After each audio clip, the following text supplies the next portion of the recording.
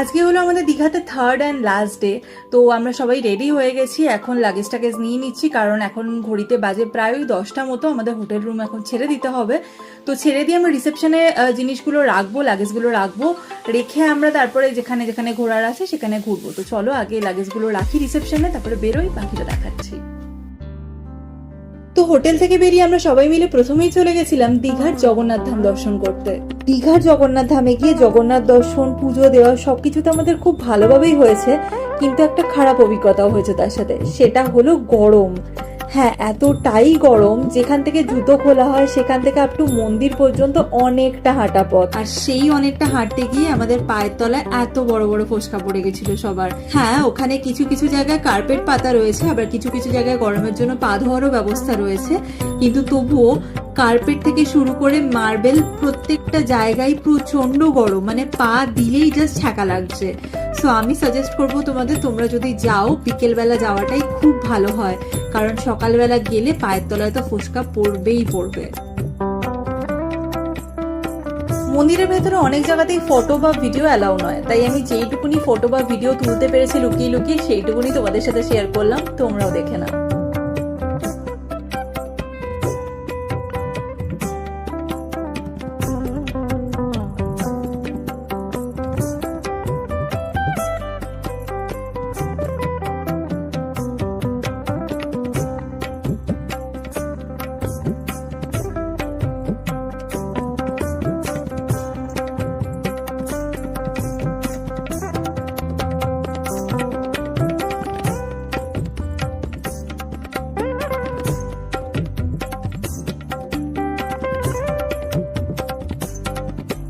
তো এই যে আমরা পুজো দেওয়ার জন্য মিষ্টির বক্স কিনে নিয়েছি, এবার যাচ্ছি মন্দিরের ভেতরে। মন্দিরের ভেতরে তো ফটো বা ভিডিও কোনো কিছুই অ্যালাউ নয়, তাও আমি লুকিয়ে লুকিয়ে ঠাকুরের একটা ফটো তুলেছি, একটু আচ্ছা এসছে, তবুও তোমরা দর্শন করে নাও। আমরা পুজো দেওয়ার জন্য মন্দিরের ভেতর থেকে মিষ্টির বক্সটা নিয়েছিলাম, যেখানে ছিল 8টা লাড্ডু, দাম পড়েছিল 100 টাকা। আমরা জগন্নাথ ধাম থেকে 100 টাকার বিনিময়ে ভোগ নিয়েছিলাম, যেটার মধ্যে ছিল হচ্ছে ভাত, ডাল, 2 রকমের সবজি আর একটা মিষ্টি। এই যে এখন আমরা তিনজনে দাঁড়িয়েছি পুজো দেওয়ার লাইনে, যে প্রসাদটা আমরা কিনেছিলাম সেটাই এখন নিয়ে যাওয়া হয়েছে পুজো দেওয়ার জন্য ভেতরে। তো সেটা ভেতর থেকে পুজো দিয়ে নিয়ে আসলে তারপরে আমাদের হাতে দেওয়া হবে।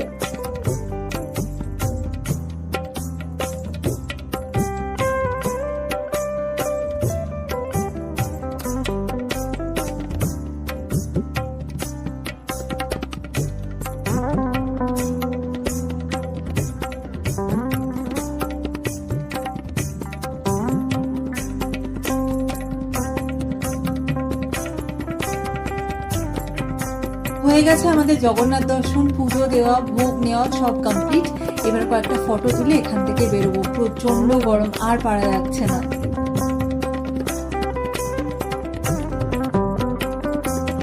মন্দির থেকে বেরিয়ে দেবদত্তা, রেয়াংশ আর প্রিয়াঙ্কা ভাবি ওরা সোজা চলে গেছিল হোটেলে, কারণ ওদের 1:30টার সময় বাস ছিল বাড়ি ফেরার। আর আমাদের যেহেতু বাস বিকেল বেলা ছিল, তাই আমরা চলে গেছিলাম ওখান থেকে টোটো ধরে সোজা মোহনা।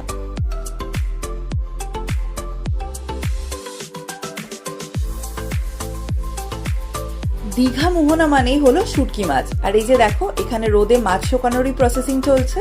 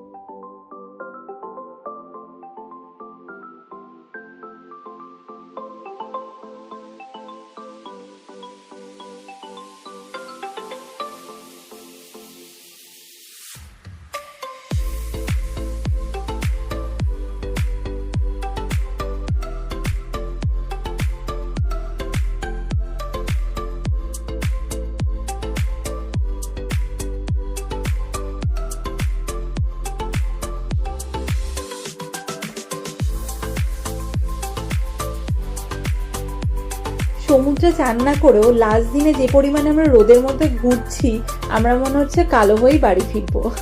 যাই হোক, তো চলো ঝটপট করে কয়েকটা ফটো তুলে নিই, তারপরে বেরোবো এখান থেকে।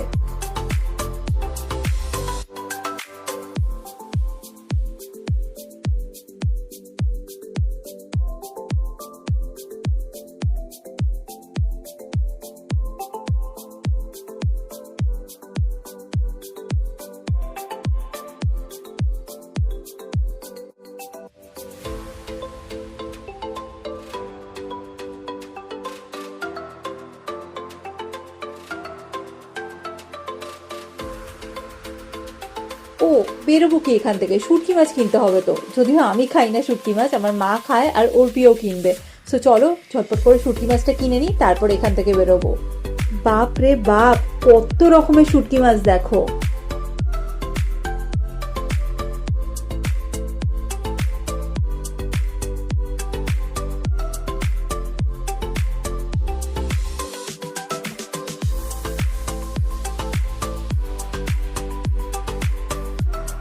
তো আমাদের মাছ কেনা কমপ্লিট, আমরা এখান থেকে নিয়েছিলাম লোটে শুটকি মাছ। মাছ কেনা কমপ্লিট করে আমরা দীঘা মোহনা থেকে বেরিয়ে সোজা চলে গেছিলাম নিউ দীঘা সি বিচ, কারণ অনেকটা বেলা হয়ে গেছিলো আর লাঞ্চ করতে হতো আমাদের। সো আমার বর আমাদের সাজেস্ট করলো যে 13 পার্বণ রেস্টুরেন্টে খাওয়ার জন্য। ওর কথা শুনে তো আমরা ঢুকলাম 13 পার্বণে। 13 পার্বণে গিয়ে আমরা খাবার অর্ডার করেছিলাম 2টো ভেজ থালি অ্যান্ড 2টো এগ থালি। বাট প্রত্যেকটা খাবারই ছিল অতীব জঘন্য, মানে একটা খাবারও মুখে দেওয়ার মতো নয়। যাই হোক, ওখান থেকে আমরা আধপেটা খাবার খেয়ে বেরিয়ে এসেছিলাম। আমি তো তোমাদের সবাইকে বলবো, তোমরা নিউ দীঘা সি বিচের কাছে 13 পার্বণ রেস্টুরেন্টে কোনো দিনও কেউ খেতে যাবে না, ভীষণই বাজে খাবার সেখানকার। যাই হোক, দুপুরের খাবারটা যেহেতু মনের মতো হলো না, তাই বর আমাকে আর অর্পিকে খাওয়াতে নিয়ে এসেছিল গোলা। সো এখন গোলা খেয়ে মুখের টেস্টটা একটু চেঞ্জ করবো, দেন যাবো সোজা হোটেলে। এখন বাজে ঘড়িতে ওই 5টা মতো, আমরা 4:30 নাগাদই হোটেলে চলে এসেছিলাম। এসে মুখে মেকআপ টেকআপ তুলে একটু ফ্রেশ হলাম, হয়ে আমরা লাগেজ নিয়ে এখন বেরোচ্ছি, কারণ আমাদের বাস হচ্ছে 5:30টার সময়। সো চলো বাস স্ট্যান্ডে যাই, গিয়ে তারপরে আবার দেখা হচ্ছে।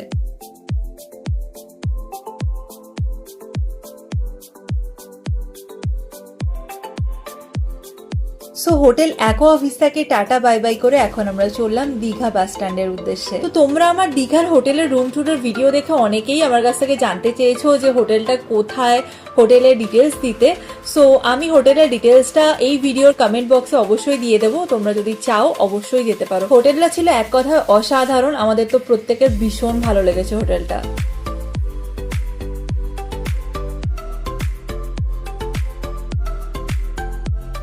বাস আমাদের আসার কথা ছিল 5:30, বাট সেদিন ছিল প্রচন্ড জ্যাম দীঘাতে, তাই বাস আমাদের এসে পৌঁছেছে দীঘা বাস স্ট্যান্ডে প্রায় 7টার সময়। তাই আমরা অতক্ষণ লাগেজ নিয়ে দাঁড়িয়ে থাকতে থাকতে ক্লান্ত হয়ে গেছিলাম।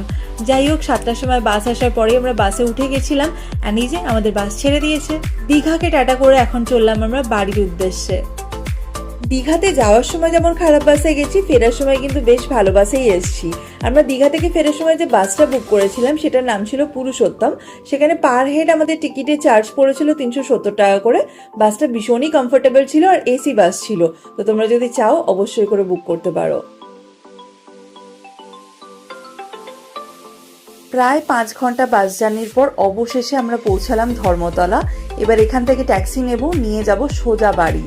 তো চলো বাড়ি যাই, গিয়ে তারপর দেখা হচ্ছে। তো অবশেষে আমরা বাড়ি চলে এসেছি দীঘা থেকে। মানে খুব মজা করেছি, খুব আনন্দ করেছি, ঘুরেছি। হ্যাঁ, ওখানে গিয়ে আমার একটু শরীর খারাপ হয়ে গেছিল, একটু বমি টমি হয়েছে, বাট ঠিক আছে, তবুও বেশ অনেকদিন পর কোথাও বেরোলাম একটু চেঞ্জের জন্য। হ্যাঁ, বাট এবারে কোনো মার্কেটিং করিনি, শুধু শুটকি মাছ কিনেছি, মা আনতে বলেছিল তাই। বাকি আর কোনো মার্কেটিং করিনি, কারণ বর বলে দিয়েছিল চেঞ্জের জন্য যাচ্ছ, চেঞ্জের জন্যই যাও, কোনো শপিংয়ের কথা ভুলেও বলবে না। তো করিনি, কারণ রিসেন্টলি পুরীতে গেছিলাম, ওখান থেকে অনেক কিছু কেনাকাটি হয়েছে, তো এখানে কিছু করিনি। জগন্নাথ মন্দিরে পুজো দিয়েছি, প্রসাদও নিয়ে এসেছি। সো তোমাদের সাথে সবটাই শেয়ার করেছি। তো চলো আজকের ভিডিওটা এবং আমাদের দীঘা ট্রিপটা এখানেই শেষ হলো। দেখা হচ্ছে খুব তাড়াতাড়ি নতুন কোনো ভিডিও নিয়ে। ততক্ষণের জন্য সবাই ভালো থেকো, সুস্থ থেকো এবং সাবধানে থেকো। বাই।